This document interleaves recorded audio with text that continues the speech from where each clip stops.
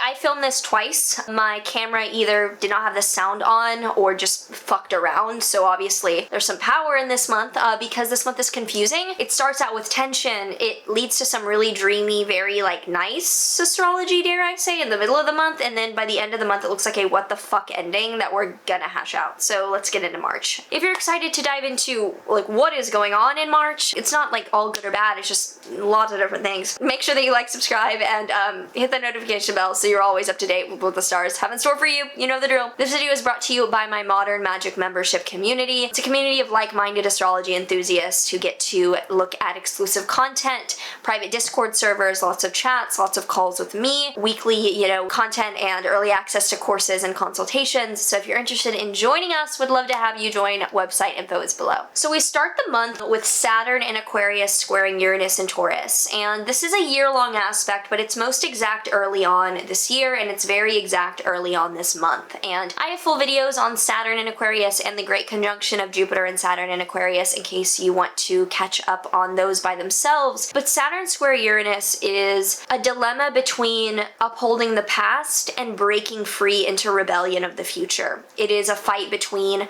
the person that knows best and wants to take their time and the anarchist, I want to overthrow everything. And what's interesting is that Saturn in Aquarius usually coincides with the passing of progressive legislation, specifically in the US, but in general around the world. There's lots of civil rights movements during these times generally. But with it square to Uranus and Taurus, it's almost like the rebellion is coming from those who are not in favor of these kind of more strict progressive outlined legislations. It definitely looks like the rebellion is the inaction from those who feel violated or feel wronged by the progressive input and movements, because Saturn in Aquarius is like, we want to uphold structure but break into the future, whereas there are multiple iterations of wanting to break down what the structure ends up being, whether that is people who were unfazed by every political system or people who want to maintain what they consider to be freedom and like their I'ma do my thing kind of thing. On the 10th or the 11th is when the sun conjoins Neptune and Pisces, and things get very, very dreamy or idealistic, because with the sun conjunct Neptune and Pisces, that is like a leader stepping up as a savior or something coming into being that tends to solve everything, and it's like, yay, like this is on the way. So looks like, I don't know if it's necessarily like stimulus or if it's something financial, but it looks like multiple iterations, because this is not just the US that I'm talking about for these more collective things unless I specify. Sun conjunct Neptune Pisces is very, very dreamy leadership stepping up to the plate to fix and offer solution to a potential collective wrongdoing. On the 13th to 14th, with Venus conjoining Neptune and Pisces, it looks like we are definitely getting something valuable from this promise. Things could be like wildly good, like we're like, where did this come from? Like that was out of nowhere. That sort of energy, which looks very, very promising,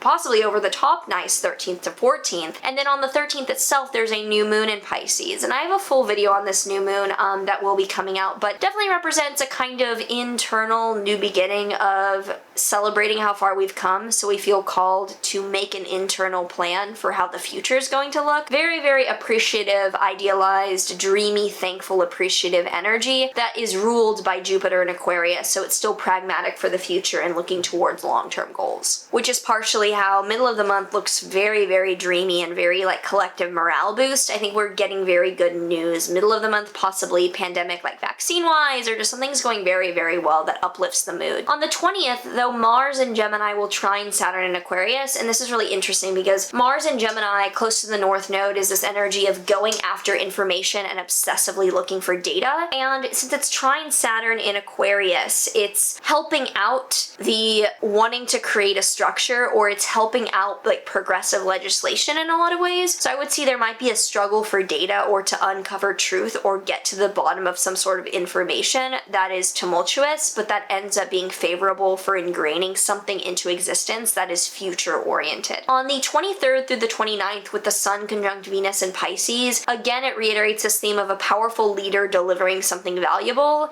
and in our own lives something beautifully coming to light as being valuable as a role model or a motif for our future growth. So again, 23rd to 29th looks like a leader or someone in power is pleasing the public on a very, very widespread collective level. And the 28th is when this full moon in Libra gets really interesting and a bit confusing. And the full video will go more into this because I'm extremely looking at this, because this Moon in Libra is in the first decan of Libra, and that decan is about sweeping things under the rug. I know a little bit about it. I have my moon there. It's about not engaging in conflict. It's about everything is fine. Like, we're all sitting and smiling and it's okay. And on the flip side of this, the sun is conjunct Venus and Chiron exactly by degree in Aries. And with the sun representing more of the leader and Venus in Aries being like this wild, independent, feminine energy that will not be tamed, is very independent, and is in an interesting paradox of bringing unity through independence in that feminine, wild, liberation kind of way. Conjunct asteroid Chiron, which represents teaching best what we most need to learn, or stepping up before we're ready, or having to teach when we are still a student. This really, really seems like a powerful leader is stepping up that embodies feminine energy. It might be a woman and is not yet open about, or is not yet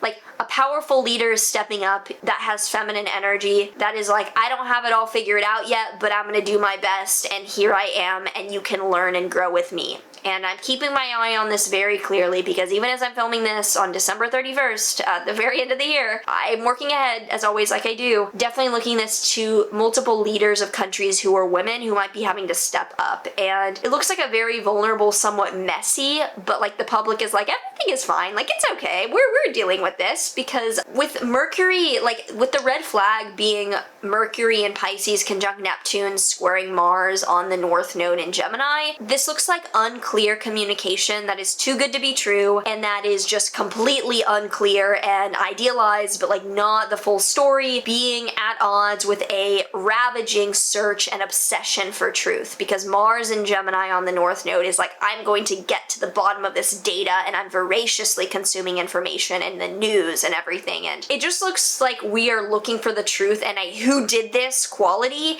even as on the surface we're like, everything is fine, this is okay, like no one is really. It looks like a powerful leader could be either assassinated, falling ill, taken down from power, and there's so much confusion, but also not much clarity or accusation on a governmental authoritative level that someone else, possibly a woman, is stepping up into power. And frankly, the synastry with the United States has me extremely shook, because at this time, the south node of the moon, an indicator of decrease and lessening, purging, loss, is by degree exact on the United States ascendant, the indicator of the physical body of that which is steering the US, which could be Joe Biden, could be the president, it could also be the collective body of the United States, like the people, less about like the masses or the public, but more like the identity of the United States. And the moon is crossing the United States as Saturn in Libra in the 11th house of groups, friends, political parties. Jupiter is crossing their moon, which rules their 8th house of losses. Mars is on their natal Mars-Uranus conjunction in the 7th house of known enemies and like opposition.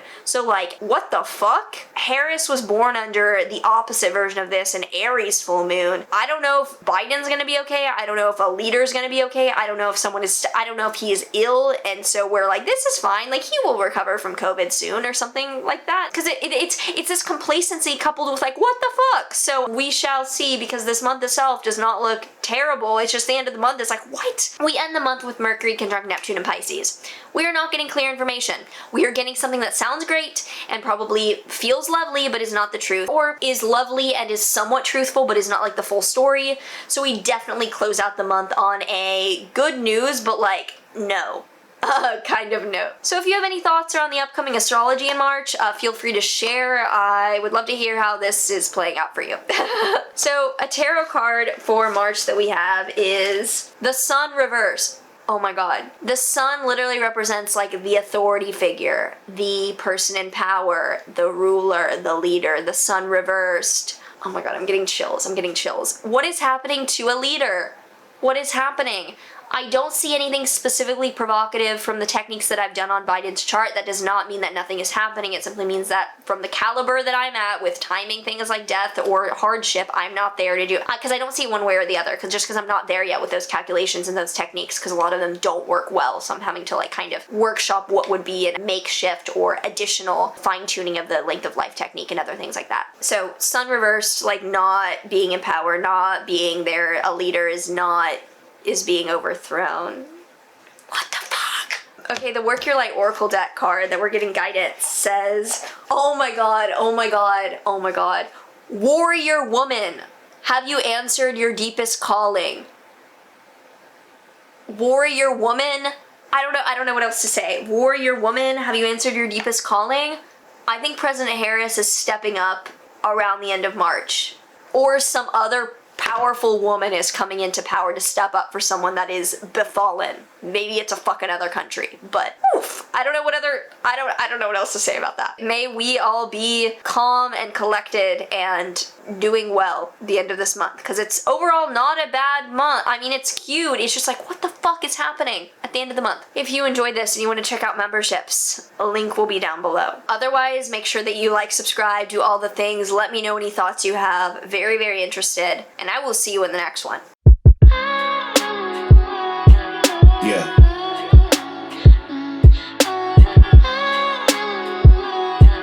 Yeah. You must be blinded by the lights. We came to shine here. Watch it look daytime in the night.